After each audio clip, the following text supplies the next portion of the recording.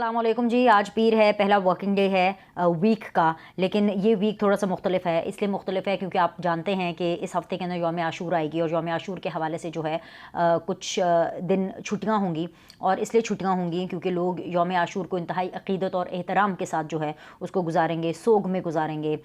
शाम गरीबा होगी और जहाँ पर ये तमाम तर मामलात चलेंगे वहाँ पर पॉलिटिकली सियासी तौर पर मामला बहुत गर्मा गर्म है। वैसे ही आपको पता है कि मैंने आपको बताया कि मैं मुल्क से बाहर हूँ, मैं न्यूयॉर्क में हूँ और यहाँ पर टाइम डिफरेंस बहुत ज़्यादा है। जब यहाँ पर दिन होती है पाकिस्तान में रात होती है, जब पाकिस्तान में रात होती है तो यहाँ पर दिन होता है। 10 घंटे का डिफरेंस है पाकिस्तान का न्यूयॉर्क के टाइम के हिसाब से। तो यहाँ पर जब एक्चुअली न्यूयॉर्क में लेट नाइट थी तो मैं उठी, आंख खुल गई, जाहिर सी बात है, बिकॉज अभी तक मेरी टाइमिंग सेट नहीं हुई भी, वो पाकिस्तान के हिसाब से चल रही है। मैंने देखा कि भाई अरे भाई ये तो इतनी खबरें बहुत एग्रेसिव किस्म की खबरें आ रही हैं। इसलिए एग्रेसिव किस्म की खबरें आ रही हैं बिकॉज जो चाचू हजूर है ना, मैं आपको अक्सर कहती हूँ कि चाचू को आप ईजी ना लें। शहबाज शरीफ साहब ने एक्शन दिखा दिया है। शहबाज शरीफ साहब ने 8 जजेस को तगड़ा जवाब दिया है। ये कौन से जजेस हैं? ये वही जजेस हैं जिनके बारे में कहा जाता है कि भाई ये वो जजेस हैं जो कि इमरानदार हैं, ये वो जजेस हैं जिनका टिल्ट है इमरान खान की तरफ। और ये मामला तब बढ़ा, ये मामला तब सामने आया जब आपको पता है कि सुप्रीम कोर्ट की तरफ से जो रिज़र्व सीट्स हैं वो सुन्नी इत्तेहाद को ना देने का फैसला आया। और वो रिज़र्व सीट्स किसको देनी है? वो पाकिस्तान तहरीक इंसाफ को देनी है। अच्छा, मैंने आपको बताया था कि FBI को के साथ एक मीटिंग शहबाज शरीफ साहब ने की और उसमें उन्होंने बोला कि मैं जो हूँ बेशक हुकूमत में हूँ लेकिन मैं प्रेशर नहीं लूँगा। ठीक है, उस टाइम पर भी मैंने सवाल उठाया कि ये FBI को तो नहीं कह रहे ना चाचू तो ये बात शहबाज शरीफ साहब, ये बात या तो इस्टेब्लिशमेंट के हवाले से कर रहे होंगे या ये जुडिशरी के हवाले से कर रहे होंगे या ये पीपल्स पार्टी के हवाले से कर रहे होंगे। और फिर ज़्यादा अगर आप इसको प्रूव करें तो ऑफकोर्स ये जुडिशरी के हवाले से ही बात हो सकती है क्योंकि इस्टेब्लिशमेंट के साथ तो उनकी अभी चल रही है, बन रही है। पाकिस्तान पीपल्स पार्टी के हवाले से भी अगर बात होती तो शहबाज शरीफ साहब इतने पब्लिकली इसको नहीं करते। तो ये जुडिशरी के हवाले से ही बात होगी। और बिल आखिर आज पता चल गया। क्यों पता चला? आज क्यों पता चला? क्योंकि इस्लामाबाद में सबकी दौड़ें लग गई हैं, लड़ाई बढ़ गई है। इस सब की तफसीलात मैं आपको बताऊंगी। साथ ही साथ शहबाज शरीफ साहब का जो करारा जवाब है उसके बारे में भी मैं आपको बताऊंगी। और जी जो सबसे बड़ी खबर है वो है पाकिस्तान तहरीक इंसाफ पर पाबंदी और आर्टिकल 6 बैक टू बैक ठक ठक ठक ठक ये सब कुछ हो रहा है। लेकिन इस सब के बावजूद जो पाकिस्तान तहरीक इंसाफ क्या कर रही है, पाकिस्तान तहरीक इंसाफ जो है वो चौड़ हो गई है। वो क्यों चौड़ हुई है? वो इसलिए चौड़ हुई है क्योंकि जो पाकिस्तान तहरीक इंसाफ को शय मिल रही है ना अदलिया की तरफ से, जो पाकिस्तान तहरीक इंसाफ को सुप्रीम कोर्ट की तरफ से एक अनसेड, एक अनहिडन सपोर्ट मिल रही है। देखिए जी, मुझे तो डर लगता है। मैं तो कह सकती हूँ, आप कह सकते हैं कि जी नहीं, सुप्रीम कोर्ट जो है वो तो पाकिस्तान तहरीक इंसाफ को जो है फुल टाइम सपोर्ट कर रहा है, लेकिन फिर हमें कंटेम्प्ट के लिए बुला लिया जाएगा। ठीक है, लेकिन मैं आपको इतना बता रही हूँ कि जो शय उनको मिल रही है ना PTI वालों को, उसने इस हद तक लड़ाई को पहुंचा दिया है कि पाकिस्तान तहरीक इंसाफ के ऑफिशियल पेज से जो घिनौनी चीज़ अभी अब से थोड़ी देर पहले, यानी लगभग ये कोई अब से 3 घंटे पहले जो ट्वीट हुई है, इससे अगर कोई हुब्बुल वतन पाकिस्तान है, अगर कोई मुहिब्बे वतन है, वो शर्म से डूब मरेगा। मैं आपको बता रही थी कि लड़ाई बढ़ेगी और ये लड़ाई वहाँ तक पहुँच गई है कि अस्सलामुअलैकुम मेरे अजीज़ हमवतनों। और इस लड़ाई को यहाँ तक पहुँचाने में सिर्फ 2 लोगों का किरदार है, इमरान खान PTI और उनके साथ मिले हुए उनके सहूलतकार जो सिर्फ उनके बारे में सोच रहे हैं, अपने बारे में सोच रहे हैं, पाकिस्तान के बारे में नहीं सोच रहे। इन सब की तफसीलात बारी बारी मैं आपको बता देती हूँ। वही मैंने आपको बताया कि जब लेट नाइट थी मैंने देखा अता तारड़ साहब जो है वो प्रेस कॉन्फ्रेंस कर रहे थे। उनके अंदर उन्होंने बहुत सी बातें की। अता तारड़ साहब ने सीधी तौर पर जो है उन्होंने बताया कि जी ये इमरान खान, आरिफ अलवी और कासिम सूरी, फवाद चौधरी, इन सब पर आर्टिकल 6 लगेगा। अब जो मुक्का लड़ाई के बाद आपको याद है ना, वो अपने मुंह पे मार लेना चाहिए। ये आर्टिकल 6 कब लगना चाहिए था? आज से 16 महीने क्या 2 साल पहले, 16 महीने की पहले पिछली हुकूमत और 4 महीने की अब की इनकी सरकार। 16 और 4 कितने हो गए? उस टाइम पे लगना चाहिए था। आज से ये 16-17 महीने पहले आर्टिकल 6 लग जाना चाहिए था।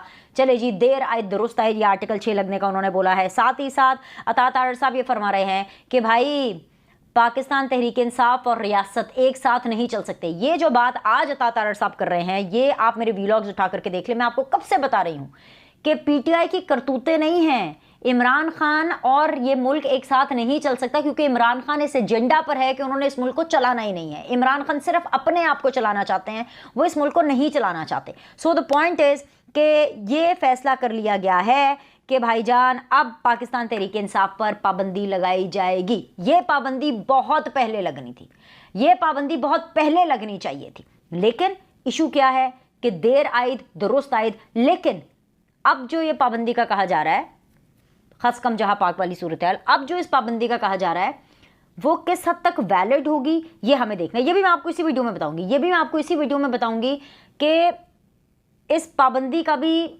जो अनाउंस इन्होंने किया कोई फ़ायदा नहीं होगा। क्यों? क्योंकि सहूलतकारियाँ जारी हैं। क्यों फ़ायदा नहीं होगा? क्योंकि चाके इतने खुल गए हैं, चौड़ इतने हो गए हैं कि अब ये लड़ाई हर हद पार करेगी। इज्जत की, पैसे की, ताकत की हर हद पार होगी इस लड़ाई की। मैं आपको बड़ी सीधी सी एक बात बताती हूँ, जजेस और रियासत की जो लड़ाई है ये इतनी बढ़ चुकी है क्योंकि जब जजेस अपने चैम्बर्स खोल देंगे पाकिस्तान तहरीक इंसाफ के लिए, जब जजेस जो हैं अपने चैम्बर्स खोल करके फैसला अपने सामने मौजूद चीज़ों को देख करके नहीं बल्कि लाइकिंग डिसलाइकिंग पर करेंगे। वो जैसे एक ज़माने में कहा जाता था चेयरमैन नैप के बारे में कि जी वो जो है फेस नहीं देखते, वो केस देखते हैं, लेकिन एक्चुअली वो केस नहीं देखते, वो फेस देखते थे।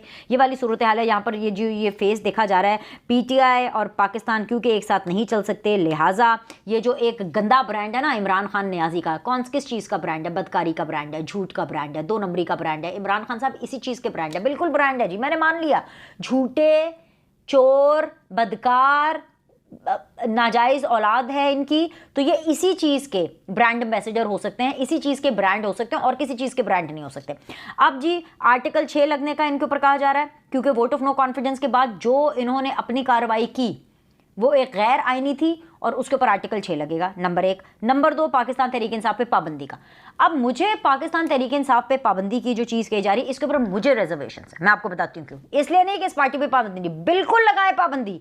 ये पाबंदी पहले लगनी चाहिए थी भाई। अगर इमरान खान एक एजेंडे पे काम कर रहे हैं, अगर इमरान खान को पैसे बाहर से आ रहे हैं, अगर इमरान खान यहूदी एजेंट है, अगर उन्होंने लॉबीज हायर की हुई हैं, उनके पास उनकी फर्म्स हैं यूके और यूएसए में जो कि एंटी पाकिस्तान काम कर रही हैं और इमरान खान और पीटीआई उनके हाथ का पपेट है और जो वो कहते हैं वो इमरान खान साहब जो है पाकिस्तान के अंदर उसके ऊपर प्रैक्टिकल इंप्लीमेंटेशन करते हैं, तो भाई बड़ी सीधी सी बात है, साइफर हो गया। बड़ी सीधी सी बात है, आर्मी चीफ के साथ क्या क्या कुछ इन्होंने नहीं कर दिया, अपने कत्ल तक के इल्ज़ाम लगा दिए। डीजीआई के पीछे ये पड़े हुए हैं, डीजीसी के पीछे इमरान खान पड़े हुए हैं। इसके अलावा जी पाकिस्तान के खिलाफ हर एंटी हरबा इस्तेमाल करते हैं, आईएमएफ के दफ्तर के बाहर जाके एहतजाज करते हैं। पूरी एक टाइमलाइन है भाई, एक पूरी टाइमलाइन है। बता करके मैं आपका वक्त ज़ाया नहीं करना चाहती। उन बातों के ऊपर ये पाबंदी क्यों नहीं लगी। और सबसे बड़ी बात यह है कि रियासत पर पाकिस्तान की तारीख में आज तक किसी ने हमला नहीं किया जिस तरह से पीटीआई ने किया। 9 मई हुआ, 9 मई के लोगों को अभी तक सजाएं नहीं मिली हैं और ऐसे में अगर ये पाबंदी का आ गया है तो मुझे लगता है कि ये यहाँ पर सहूलतकारी होगी। और क्योंकि पाबंदी का जो फैसला है वो इतने कमज़ोर टाइम पर किया जा रहा है जब पाकिस्तान तहरीक इंसाफ को अदलिया की इतनी सपोर्ट हासिल है कि रिजर्व सीट्स भी इनको मिल रही हैं और फिर 9 मई वालों को भी अभी तक कुछ नहीं हुआ, तो ये फैसला बैकफायर कर सकता है। क्योंकि 2 दिन के बाद जब अदालतें खुलेंगी ये लोग अदालतों में जाएंगे। पाबंदी तो अदालत में लगानी होती है, ठीक है, जाएंगे तो अदालत में आपको पता है कि इमरान खान साहब का फैन क्लब है, वो तो कहेंगे नहीं नहीं जी इनके ऊपर पाबंदी नहीं लग सकती। कहने का मतलब ये है कि भाई जब जख्म नासूर बनता है तो नासूर को काटना पड़ता है जिस्म से। जैसे कि इमरान खान साहब तो ये ख्वाब सजाए बैठे थे कि उनको तो शेख मुजीब बनना है, उनको केपीके को पाकिस्तान से अलग करना है, उनको पाकिस्तान को तोड़ना है, जो वो कभी नहीं कर सकेंगे, हम उनको करने नहीं देंगे और ये रियासत उनको नहीं करने देगी। लेकिन इमरान खान को, उनके फॉलोअर्स को, 9 मई वालों को, आर्टिकल 6 वालों को, ये जो कासिम सूरी हैं, ये जो आरिफ अलवी हैं, इमरान खान है, फवाद चौधरी हैं, ये जिस तरह के सारे लोग हैं जिन्होंने पाकिस्तान को नुकसान पहुंचाया है, इन सब पर आर्टिकल 6 लगना चाहिए, लाजमन बहुत पहले लगना चाहिए था।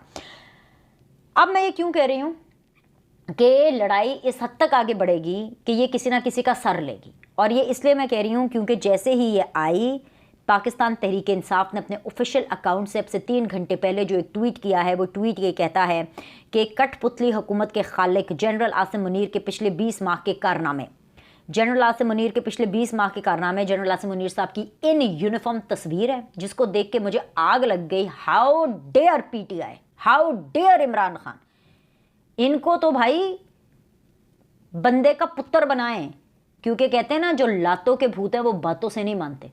मैंने कभी नहीं अपनी लाइफ में सोचा था कि एक जमहूरियत पसंद होने के नाते मैं कभी किसी भी पॉलिटिकल पार्टी के लिए बात करूंगी, लेकिन ये पॉलिटिकल पार्टी नहीं, ये पॉलिटिकल माइंड के लोग नहीं हैं, ये जत्थे हैं, ये गूंज हैं, ये गुंडागर्दी करने वाले लोग हैं। ये वो लोग हैं जैसे कॉलेज यूनिवर्सिटी के अंदर होते हैं ना, ट्रोल करने वाले, आपको तंग करने वाले लोग, आपको बुली करने वाले लोग। They are bullies. ये 3rd ग्रेड के घटिया लेवल के बुलीज हैं।